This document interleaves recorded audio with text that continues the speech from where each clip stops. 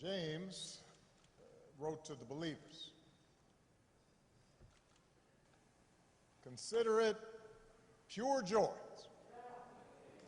my brothers and sisters, whenever you face trials of many kinds, because you know that the testing of your faith produces perseverance. Let perseverance finish its work, so that you may be mature and complete, lacking nothing." It is a great honor to be back in Ebenezer Baptist Church, in the pulpit of its greatest pastor, Dr. Martin Luther King, Jr., to pay my respects to perhaps his finest disciple, an American whose faith was tested again and again to produce a man of pure joy and unbreakable perseverance,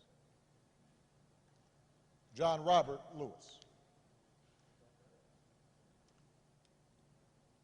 To those who have spoken, to Presidents Bush and Clinton, Madam Speaker,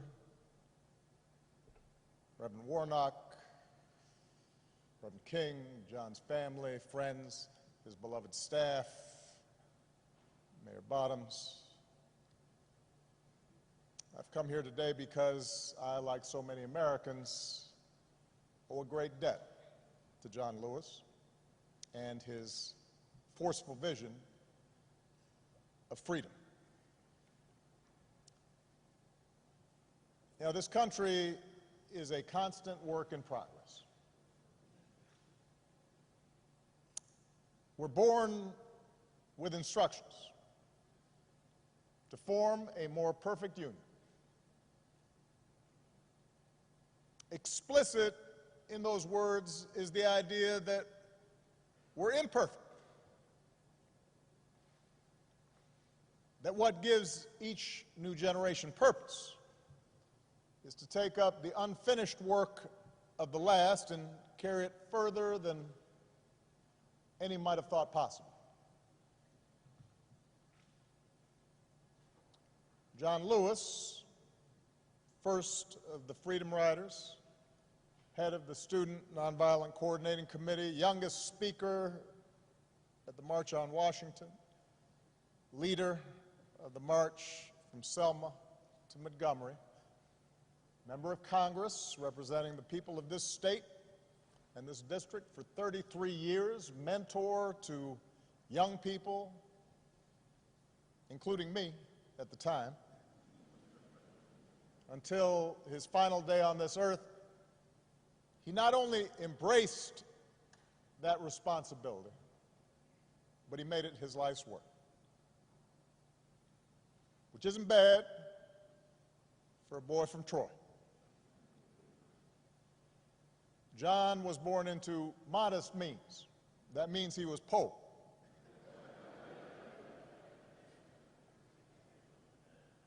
In the heart of the Jim Crow South, to parents who picked somebody else's cotton.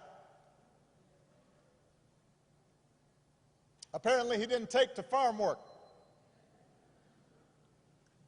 On days when he was supposed to help his brothers and sisters with their labor, he'd hide under the porch and make a break for the school bus when it showed up.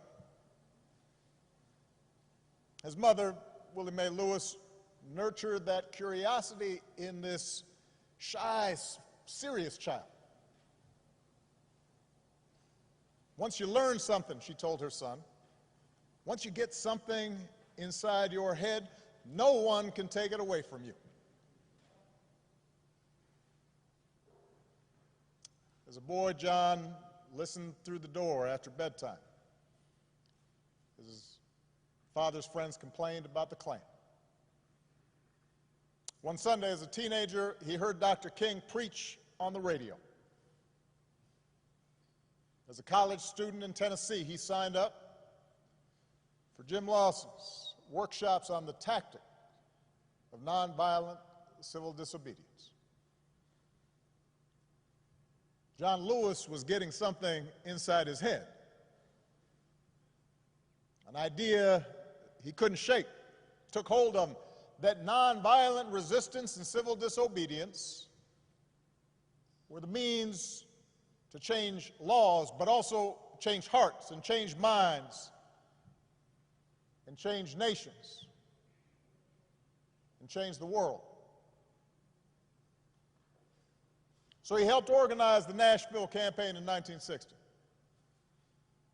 He and other young men and women sat at a segregated lunch counter, well-dressed, straight back, refusing to let a milkshake poured on their heads or a cigarette extinguished on their backs or a foot aimed at their ribs.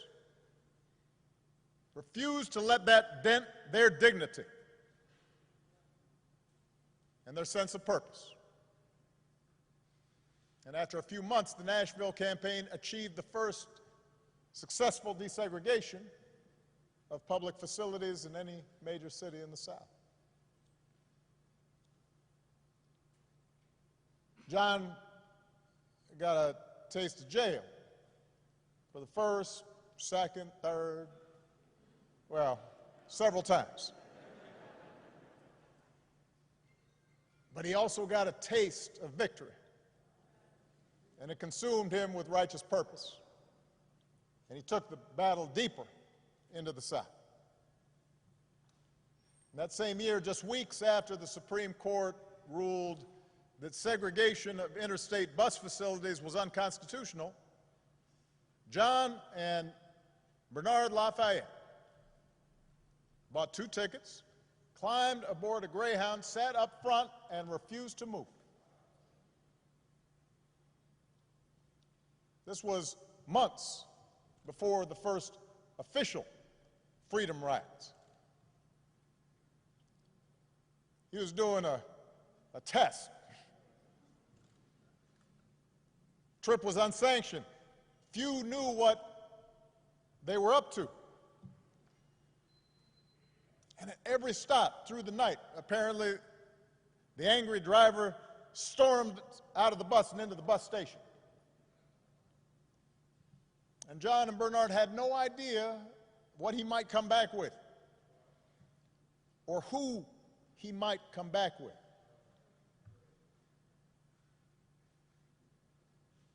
Nobody was there to protect them. There were no camera crews to record events.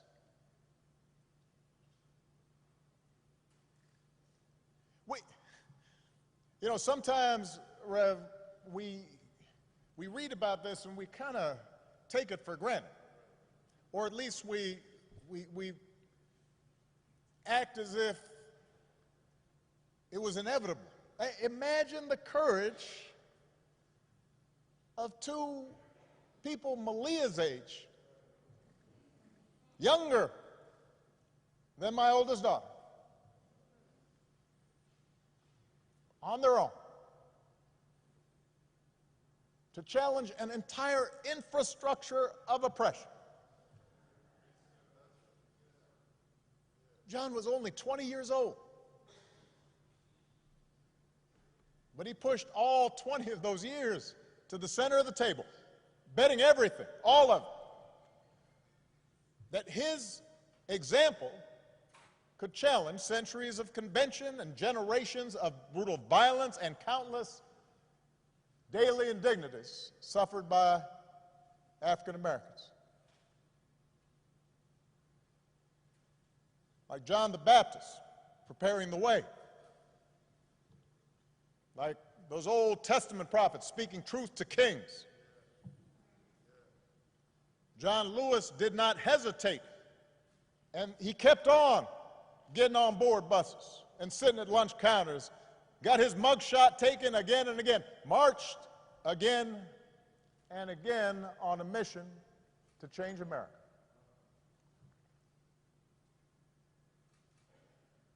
Spoke to 250,000 people at the March on Washington when he was just 23. Helped organize the Freedom Summer in Mississippi when he was just 24. At the ripe old age of 25, John was asked to lead the march from Selma to Montgomery. He was warned that Governor Wallace had ordered troopers to use violence. But he and Hosea Williams and others led them across that bridge anyway. And we've all seen the film and the footage and the photographs. President Clinton mentioned the trench coat, the knapsack, the book to read, the apple to eat, the toothbrush. Apparently, jails weren't big on such creature comforts. And you look at those pictures, and John looks so young, and he's small in stature, looking every bit that shy, serious child that his mother had raised, and yet he's full of purpose. God's put perseverance in it.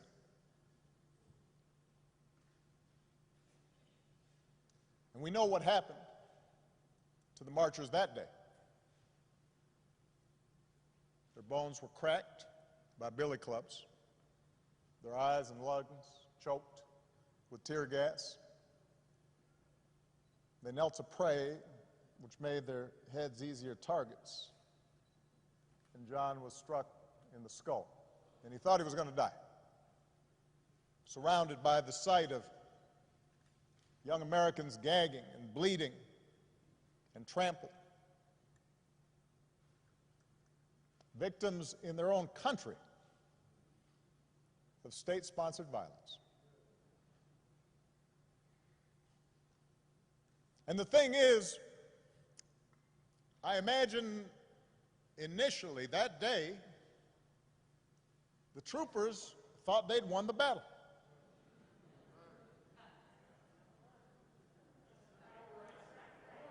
You can imagine the conversations they had afterwards.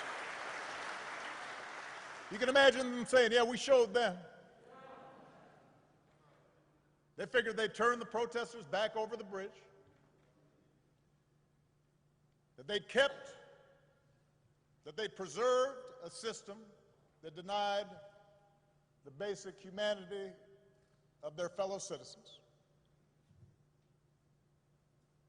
Except this time there were some cameras there. This time the world saw what happened, bore witness to black Americans who were asking for nothing more than to be treated like other Americans,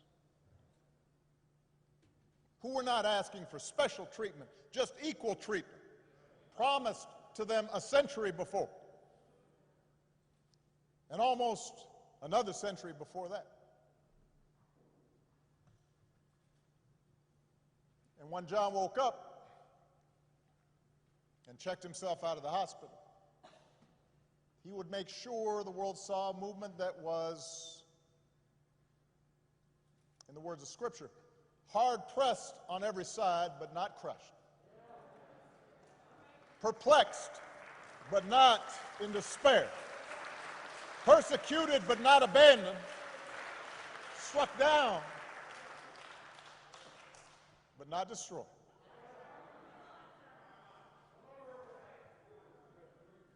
So he returned to Brown Chapel, a battered prophet, bandages around his head.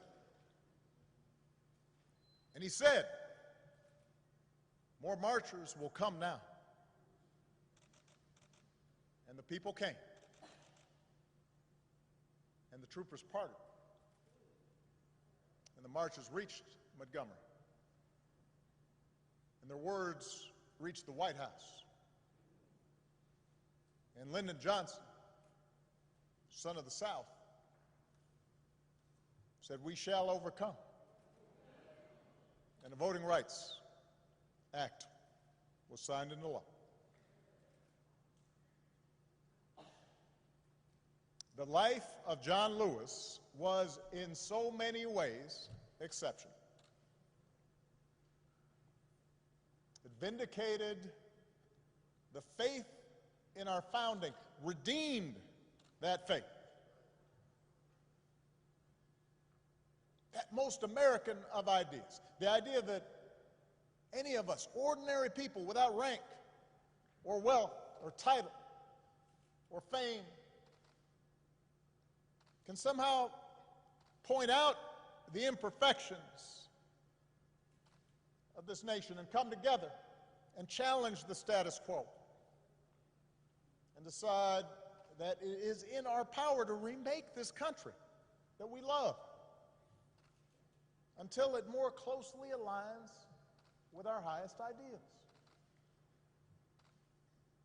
What a radical idea. What a revolutionary notion, this idea that any of us, ordinary people, a young kid from Troy, can stand up to the powers and principalities and say, no, this isn't right, this isn't true, this isn't just. We can do better. On the battlefield of justice, Americans like John, Americans like Reverends Lowry and C.T. Vivian, two other patriots that we lost this year, liberated all of us that many Americans came to take for granted. America was built by people like that. America was built by John Lewis's.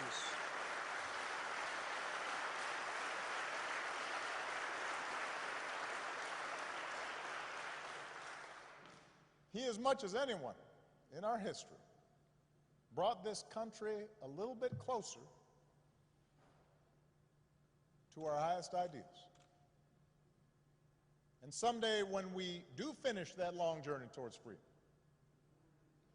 when we do form a more perfect union, whether it's years from now or decades or even if it takes another 2 centuries, John Lewis will be a founding father of that fuller, fairer, better America.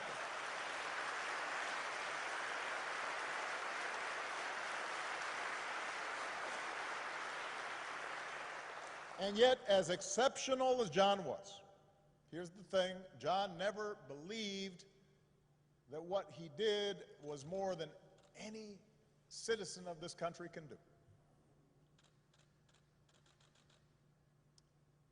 I mentioned in the statement the day John passed, the thing about John was just how gentle and humble he was.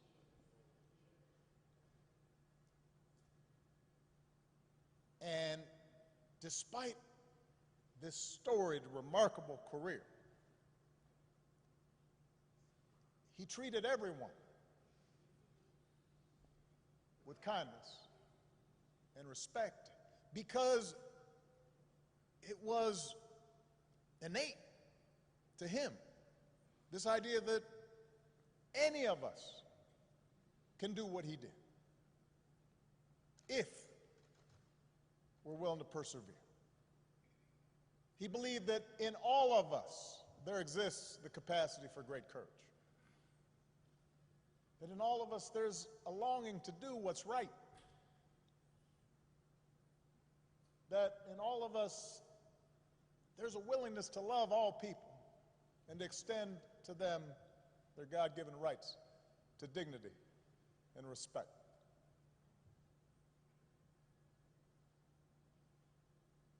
So many of us lose that sense. It's taught out of us. We start feeling as if, in fact, we can't afford to extend kindness or decency to other people. That we're better off if we're above other people and looking down on them. And so often that's encouraged in our culture. But John always said, he always saw the best in us. And he never gave up and never stopped speaking out because he saw the best in us. He believed in us even when we didn't believe in ourselves. And as a congressman, he didn't rest. He kept getting himself arrested. As an old man, he didn't sit out any fight. Sat in all night long on the floor of the United States Capitol. I know his staff was stressed.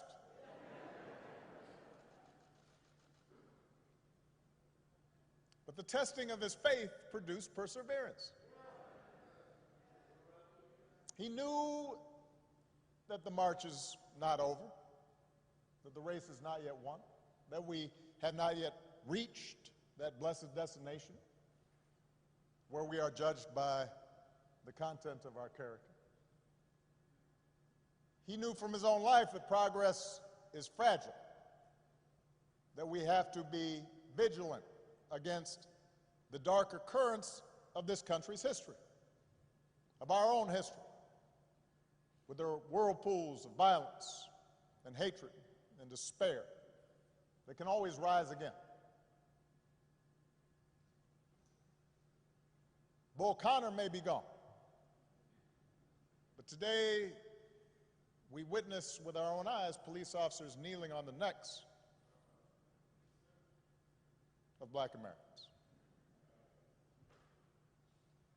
George Wallace may be gone, but we can witness our federal government sending agents to use tear gas and batons against peaceful demonstrators.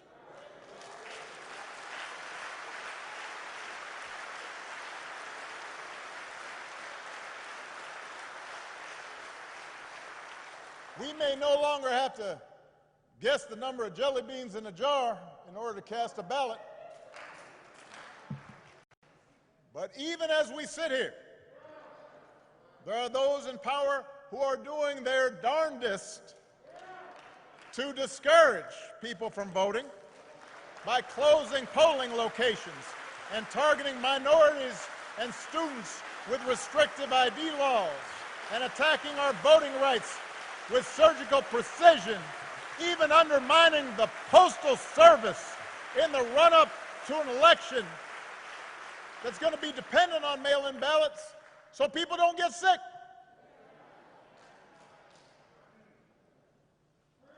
Now, I know this is a celebration of John's life. There are some who might say we shouldn't dwell on such things. But that's why I'm talking about it. John Lewis devoted his time on this earth fighting the very attacks on democracy and what's best in America that we're seeing circulate right now.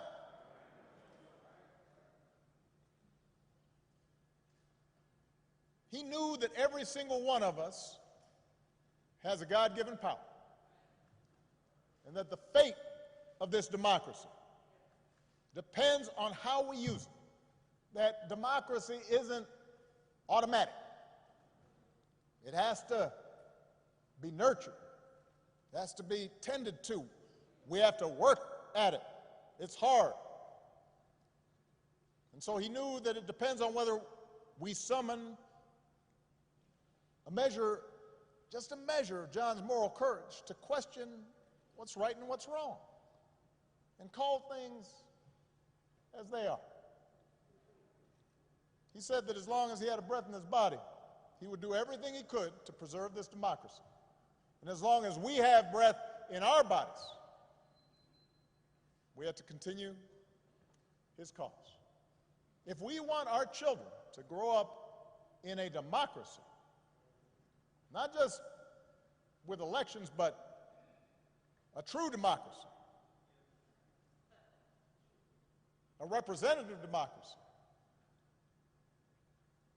and a big-hearted, tolerant, vibrant, inclusive America of perpetual self-creation, then we're going to have to be more like John. We don't have to do all the things he had to do because he did them for us. But we got to do something. As the Lord instructed Paul, do not be afraid. Go on speaking. Do not be silent, for I am with you. And no one will attack you to harm you, for I have many in this city who are my people. It's just, everybody's got to come out and vote. We got all those people in the city, but they can't do nothing. Like John, we've got to keep getting into that good trouble. He knew that nonviolent protest is patriotic, a way to raise public awareness and put a spotlight on injustice and make the powers that be uncomfortable.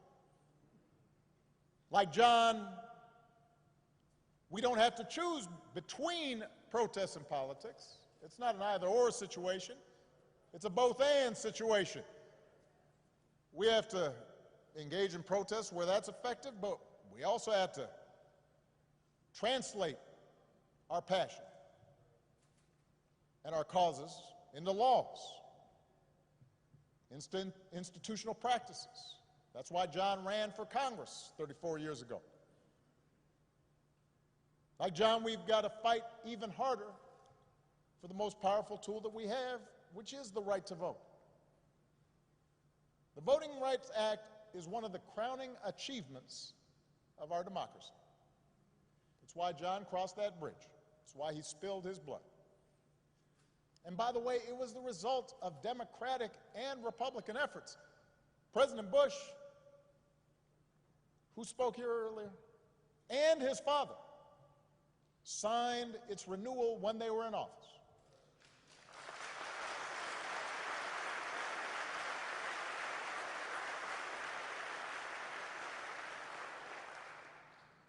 President Clinton didn't have to because it was the law when he arrived, so instead he made a law to make it easier for people to register to vote.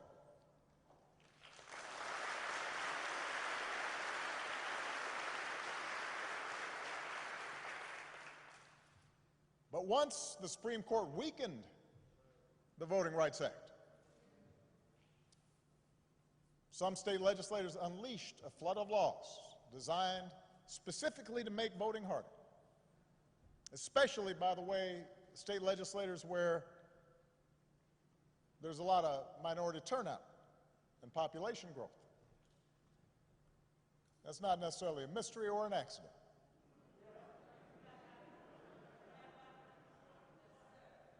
It was an attack on what John fought for. It was an attack on our democratic freedoms. And we should treat it as such. If politicians want to honor John,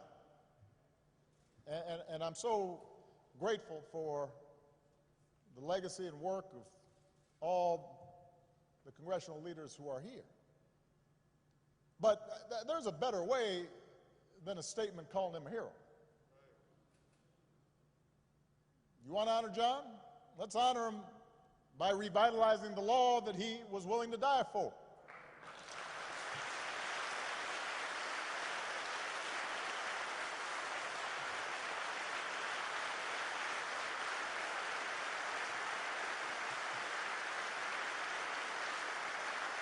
And by the way, naming it the John Lewis Voting Rights Act, that is a fine tribute. But John wouldn't want us to stop there, just trying to get back to where we already were. Once we pass the John Lewis Voting Rights Act, we should keep marching to make it even better by making sure every American is automatically registered to vote, including former inmates who've earned their second chance.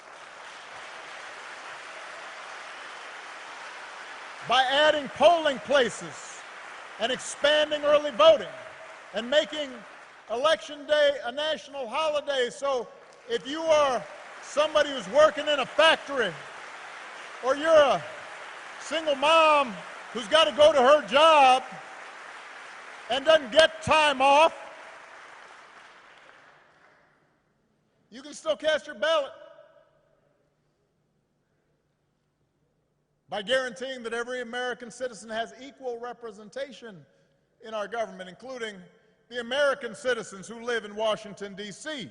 and in Puerto Rico. They're Americans.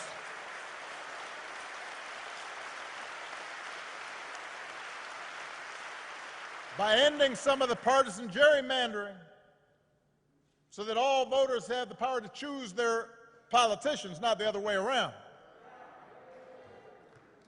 And if all this takes eliminating the filibuster, another Jim Crow relic, in order to secure the God-given rights of every American, then that's what we should do. Now, even if we do all this, even if every bogus voter suppression law is struck off the books today, we've got to be honest with ourselves that too many of us choose not to exercise the franchise. Too many of our citizens believe their vote won't make a difference, or they buy into the cynicism that, by the way, is the central strategy of voter suppression, to make you discouraged, to stop believing in your own power. So we're also going to have to remember what John said. If you don't do everything you can do to change things, then they will remain the same. You only pass this way once. You have to give it all you have. As long as young people are protesting in the streets, hoping real change takes hold, I'm hopeful, but we can't casually abandon them at the ballot box. Not when few elections have been as urgent on so many levels as this one. We can't treat voting as an errand to run if we have some time.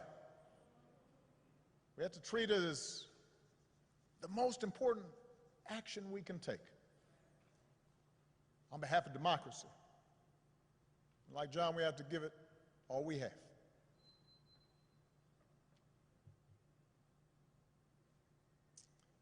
I was proud that John Lewis was a friend of mine.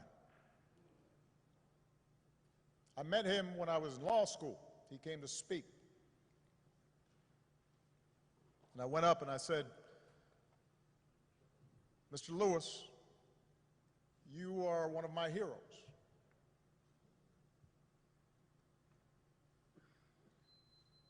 What inspired me more than anything as a young man was to see what you and Reverend Lawson, Bob Moses, and Diane Nash, and others did. And he got that kind of, aw shucks, thank you very much.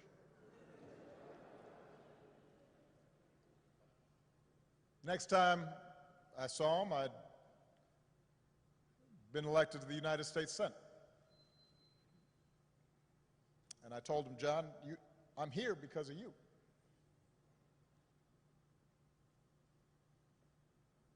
And on Inauguration Day in 2009, he was one of the first people I greeted and hugged on that stand And I told him, this is your day too.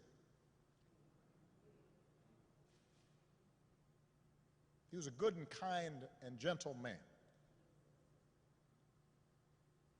And he believed in us, even when we don't believe in ourselves. And it's fitting that the last time John and I shared a public forum was on Zoom.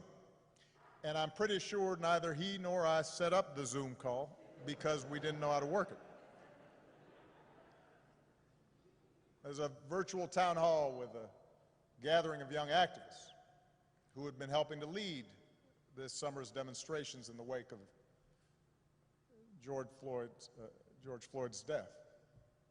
And afterwards, I spoke to John privately, and he could not have been prouder to see this new generation of activists standing up for freedom and equality, a new generation that was intent on voting and protecting the right to vote.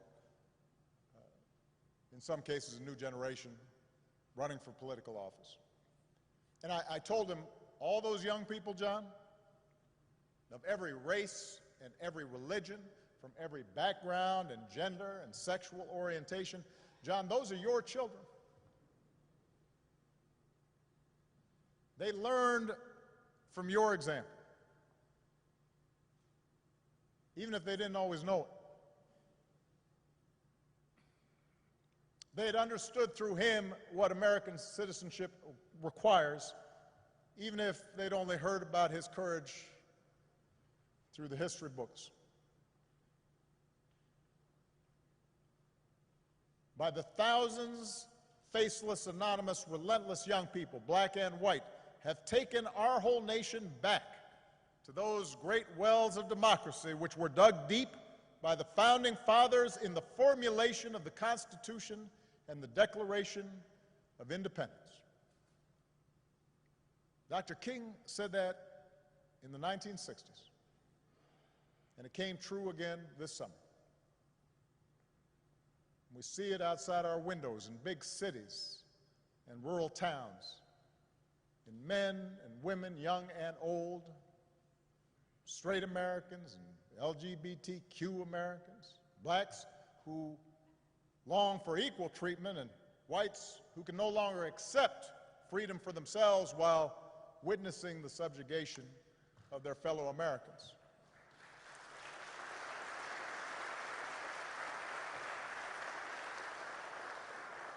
We see it in everybody doing the hard work of overcoming complacency, of overcoming our own fears and our own prejudices, our own hatreds.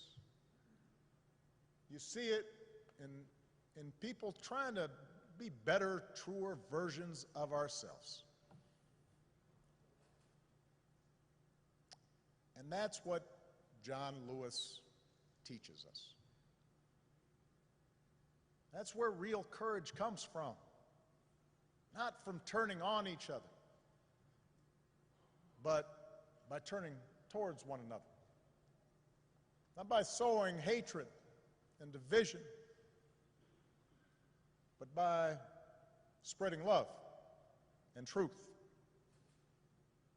Not by avoiding our responsibilities to create a better America and a better world, but by embracing those responsibilities with joy and perseverance, and discovering that in our beloved community, we do not walk alone.